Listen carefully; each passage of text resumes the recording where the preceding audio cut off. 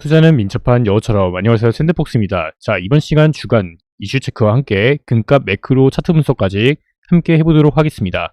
자, 그래서 금값이 한돈에 100만원 가는 날이 이제 머지않았다. 한번 추세를 밟으면 이제 금방 순식간에 올라갈 수 있다고 말씀 먼저 드리겠습니다. 자, 그래서 일단 이슈들이 있는데요. 첫 번째로 중요한 이슈, 미국 신흥등급이 AAA에서 AA-로 강등됐습니다. 자, 추가적으로 이 브릭스 회의에 8월달에 진행 예정인데요.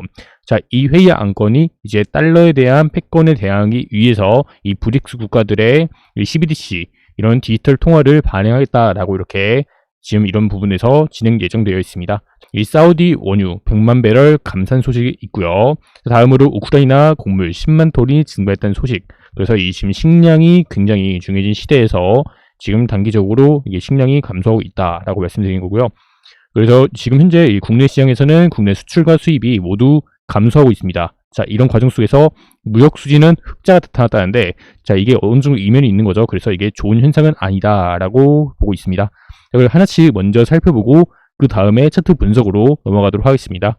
자, 지금 보면은 미국의 신용등급이 AAA에서 이렇게 강등되었다죠. 이게 피치라는 곳에서 이제 강등을 했다라고 하는데, 자, 이게 왜 그런 거냐? 이제 미국 정부에서 돈을 너무 많이 이제 풀어다 쓴 거죠. 79차례에 걸쳐서 이 부채 한도 증액을 한 건데, 결국에 이 채권 발행을 통해 이 쓴 돈이 이 자경 그리고 1천조 원 정도 된다고 합니다. 자, 올해 1월 기준이고요. 이 추가적으로 6월 달에 부채 한도 증액을 통해서 돈을 풀었기 때문에, 자, 이 자경 1천조 플러스 알파가 되는 거죠.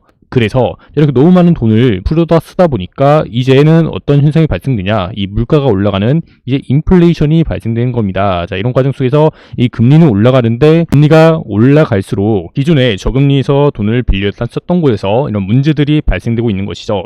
추가적으로 개인 투자자들이 단기 국채에 대한 투자 움직임에 인해서 이제 은행의 예금액이 감소하고 있는 추세도 보이고 있다고 합니다. 자, 이런 부분들 때문에 좋지 않다라는 거고, 레이 달리오께서는 재정적자 부채가 장기적으로 미국 경제의 핵심 리스크가 될 것으로 전망되고, 미국의 재정적자 증가는 거의 확실하고, 이에 따라 정부는 더 많은 채권을 팔 수밖에 없다며 부채 상환 비율을 늘리면서 적자가 확대로 이어진다라고 이야기를 했습니다. 자, 지금 현재 이 부채 상환의 한도가 더 이제 가득 차일 때마다 계속 진행을 하게 되는데, 자, 이런 부분이 이 신용등급이 강등되는 요인으로 작용된다라고 말씀하신 거고요. 추가적으로 이제 이자 부담이나 이런 게 더 커지기 때문에 이런 부분에서 문제가 계속 악순환의 꼬리를 물어서 반복된다라고 말씀하신 부분입니다. 그래서 이거를 부채 스파이럴이 증가될 것으로 지적했고, 미국 국채 공급이 늘어나면서 시중금리가 높아져 민간 투자가 줄을 수 있다 하여 미국이 성장 위축에 시달릴 수 있다는 전망을 내놨습니다. 채권발 위기가 올 수 있다라는 언급도 함께 하셨는데요. 자, 이런 부분이 있고요. 자, 두 번째는 브릭스 회의가 이 8월에 진행 예정에 있습니다. 자, 이거는 이제 그 전에 나왔던 게 금 기반 디지털 통화를 추진하자. 자, 이거를 러시아가 먼저 얘기를 했는데요. 자, 이게 러시아가 왜 그랬냐? 전쟁을 먼저 일으켜놓고 그 다음에 서방 국가에서 이 스위프트망이라는 게 있어요. 국제 송금망을 못 쓰게 막아버리고, 또한 자금을 동결시켰습니다. 달러 자금을 동결시키면서, 자, 우리도 우리 공용의 이런 서버를 구축해야 되지 않냐, 그리고 우리 자체의 통화를 만들자, 무역거래에 사용하는 통화를 만들면 이 달러 기축에 대응할 수 있다라고 이렇게 주장한 건데, 지금 인도가 조금 호의적으로 나오지는 않고 있습니다. 자, 아직까지는 이게 어떻게 진행될 건지 구체적으로 나오진 않았는데, 그 중에 하나가 이 금 기반 디지털 통화가 이제 거의 유력하다라고 이렇게 언급한 부분이고요. 다음으로 사우디의 원유 100만 배럴 감산했습니다. 자, 이 소식이 들려오고 유가는 약 20% 지금 증가한 추이를 보이고 있고요. 자, 아무래도 이 유가 원유 감산을 이렇게 하게 되면은 유가 상승에 기인한다라고 볼 수 있겠죠. 자, 다음으로 우크라이나 곡물 증발과 함께 지금 슈퍼 엘니뇨 현상이 계속 지속되고 있습니다. 자, 날씨가 이 더운 이유들로 이 슈퍼 엘니뇨 현상으로 올해 유독 날씨가 많이 더운 상황이 발생되고 있죠. 자, 이럴 경우에 전 세계 곡물 작황이 굉장히 안 좋아집니다. 자, 이거에 그래갖고 올해 하반기 이제 재배 수확량 이제 시기가 도래하면은 이게 통계적으로 나올 텐데, 자, 그렇게 된다면은 이제 곡물 가격도 한 차례 다시 올라갈 수 있는 부분이 발생되겠죠. 이렇게 인플레이션이 다시 한번 더 장기화가 된다면, 곡물 가격이나 또는 유가에서 인플레이션이 오게 된다면, 자, 이게 지금 현재 이 미국의 이 금리 부담에도 한 번 더 가중될 것이라고 보고 있기 때문에 자, 이런 부분들을 체크하시면 되겠고요. 자, 마지막으로 국내 수출과 수입이 감소했습니다. 자, 이 두 개 동시에 감소했는데 그만큼 지금 이 구매력이 떨어진다라고 보시면 되겠고요.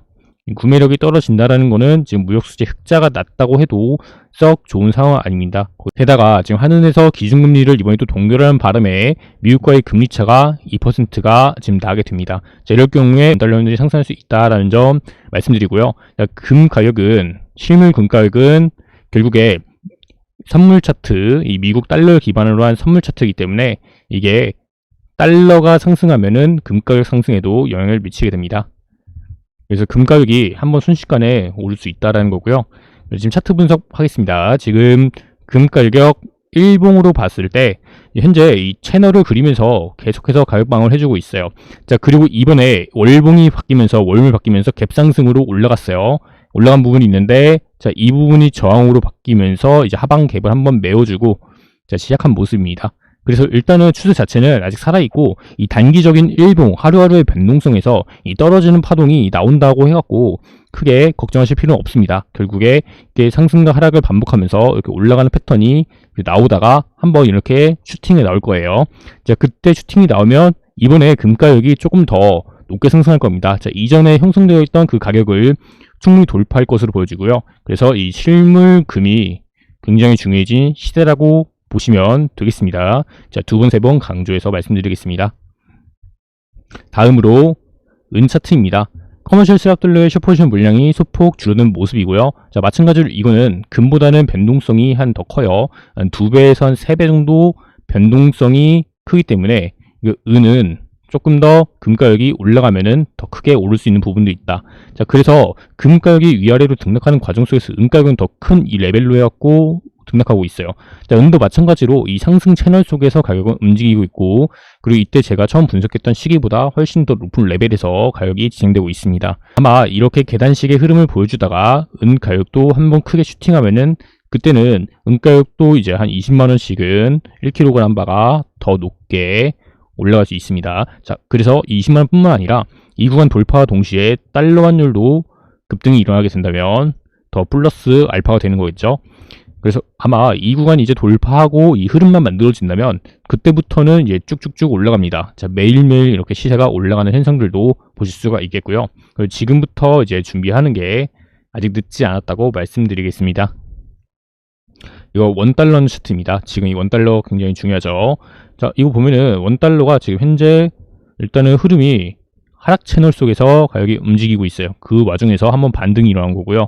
자, 일단 이 채널을 돌파를 해주는 게 첫 번째 포인트고, 그래서 한번 가격이 눌렸다가 이렇게 올라갈 수도 있습니다. 자, 결국에 이 기울기 값을 좀 더 해소해주면서 완화시키면서 이렇게 해서 올라갈 부분들이 있다라고 보여지기 때문에 자, 이것도 일단 올해 한 10월쯤까지 보면은 한 번 더 높은 가격에서 형성돼 있을 겁니다.